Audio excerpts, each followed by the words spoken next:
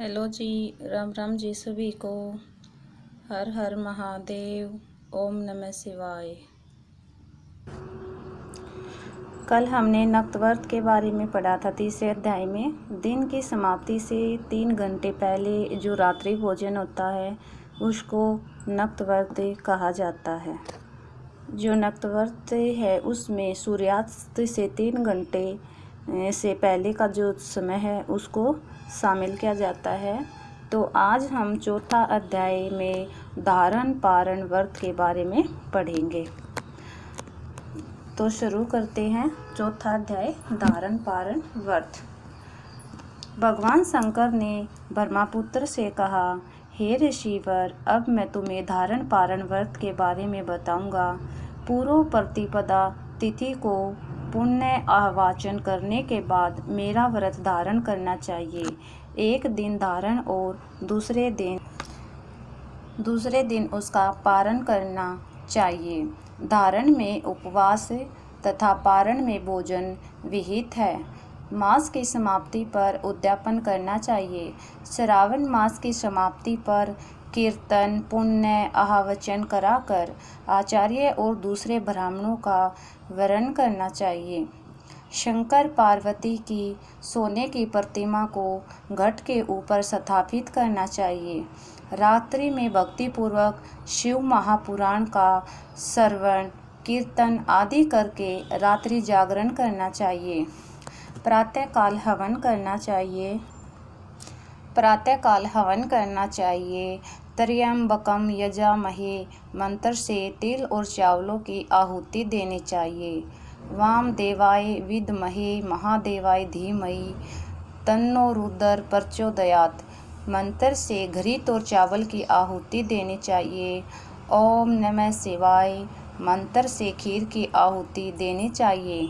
इसकी पूर्ण आहुति देकर होम समाप्त करना चाहिए।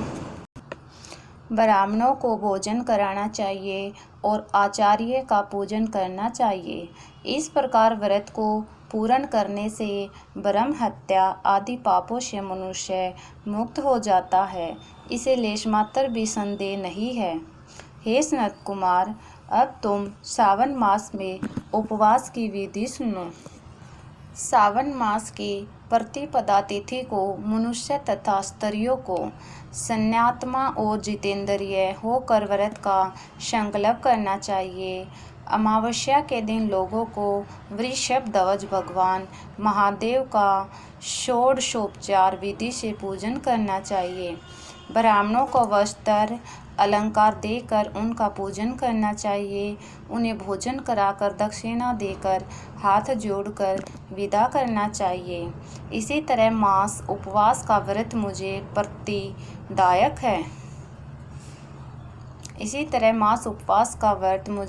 प्रीतिदायक है।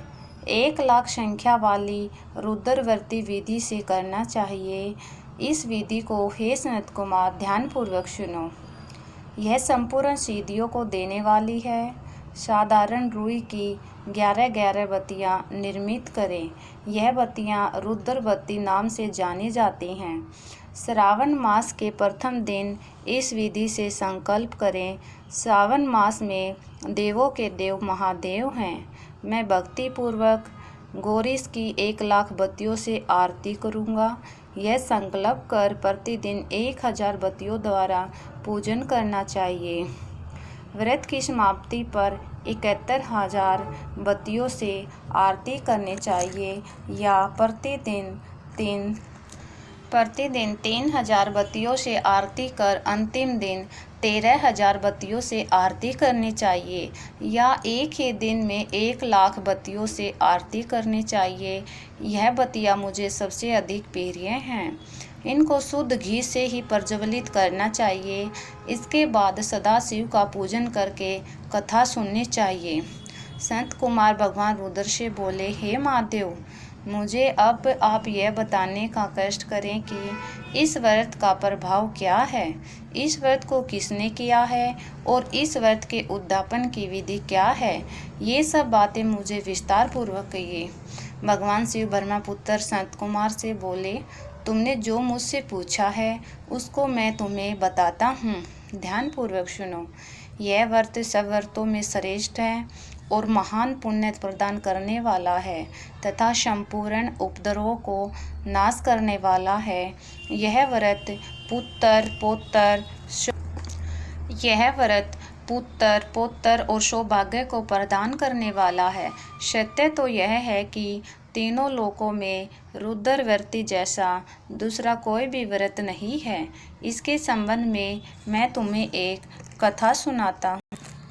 शिप्रा नदी के किनारे उज्जैनी नाम की एक सुंदर नगरी है।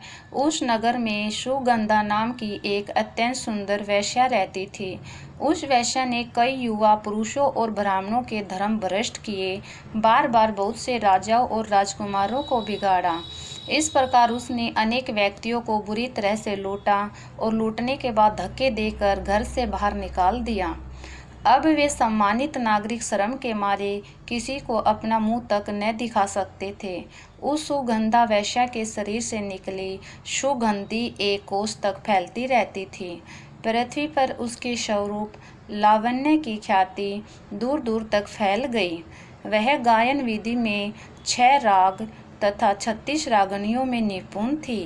नृत्य में वह रंभा आदि देवांगनों को पीछे छोड़ चुकी थी। एक बार वह वेश्या शिप्रा नदी के तट पर गई। वहां उसने सब और ऋषियों को देखा। कुछ ब्राह्मण स्नान कर रहे थे तो कुछ भगवान शिव या भगवान विष्णु की अर्चना कर रहे थे। उसने वहां ऋषि वशिष्ठ को बैठे देखा। उनके दर्शन मात्र के प्रभाव से उस वेश्या की बुद्धि परिवर्तित हो गई। उसका मन वेश्या के जीवन और विषयों से ही हट गया। वह वेश्या महर्षि वशिष्ठ के चरणों में गिरकर अपने पाप कर्मों के नाश का उपाय पूछने लगी। सुगंधा वेश्या ने कहा, प्रभु, मैंने आज तक बहुत पाप किए हैं। आप मुझे उन पापों से छुटकारा दिलाने का कोई उपाय बताइए। महर्षि वशिष्ठ उस वेश्या की बात सुनकर बोले, तुम मेरी बात ध्यानपूर्वक सुनो। तेरे पापों का नाश जिस पुण्य के करने से होगा वह सब उपाय मैं तुम्हें बताता हूँ। तू वाराणसी में जाकर रुद्रव्रती नामक व्रत को कर। यह व्रत महान पुण्य देने वाला, शिव शंकर की भक्ति में मन को लगाने वाला है। इस व्रत के करने से तुम्हारी सद्गति हो सकती है। महर्षि वशिष्ठ के वचन सुनकर वह सुगंधा नामक वेश्या अपना खजाना नौकरों और मित्रों को लेकर वाराणसी चली गई।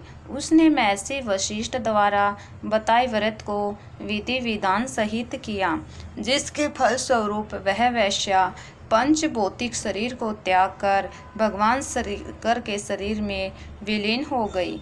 जो भी स्त्री इस व्रत को जिस इच्छा को लेकर करती है उसे वह अवश्य प्राप्त होती है। हे सनत कुमार, अब तुम मानिक व्रतियों का महात्म्य सुनो। मानिक व्रतियों का व्रत करने से स्त्री मेरे अर्धासन की भागीदार बन जाती है। वह स्त्री महाप्रलयांत तक मेरी प्रिया होकर निवास करती है। अब मैं तुम्हें इस व्रत की पूर्ति के लिए इसकी व्रत उद्यापन विधि बताता हूँ। इस व्रत को करने वाली स्त्री पार्वती सहित शंकर की प्रतिमा स्थापित करे। शिव पार्वती की प्रतिमा स्वर्ण की बनी होनी चाहिए तथा वृषभ की प्रतिमा चांदी की बनी होनी चाहिए। यथाविधि पूजन करके रात्रि जागरण करें। प्रातःकाल नदी में जाकर स्नान करें। भक्ति पूर्वक आचार्य का वरण करें तथा 11 ब्राह्मणों के द्वारा घी, पायस एवं बेलपत्रों से हवन कराना चाहिए अथवा रुद्र सूक्त, रुद्र गायत्री या मूल मंत्र द्वारा हवन कराना चाहिए। पूर्ण आहुति कर आचार्य आदि की पूजा करके 11 ब्राह्मणों को जोड़े सहित भोजन कराना चाहिए। इस प्रकार जो भी स्त्री व्रत पूरा करती है वह संपूर्ण पापों से मुक्त हो जाती है। स्थापित सामग्री घट, शिव पार्वती प्रतिमा आदि